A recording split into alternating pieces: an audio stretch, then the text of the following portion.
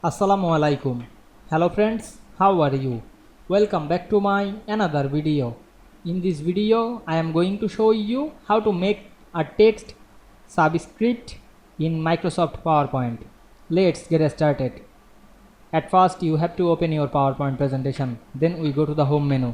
Select the new slide drop down menu and create a blank slide. Then go to the insert menu. Select the text box. Then draw a text box to this slide. Then click inside the text box and write anything. Now I am write H2O. Then select the text and increase the font size. Then I am select the 2 and enable the font option.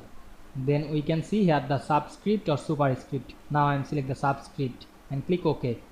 Now we can see we make a text subscript easily. I hope you enjoyed my video. Please like, comment, share and subscribe my channel. Thanks for watching.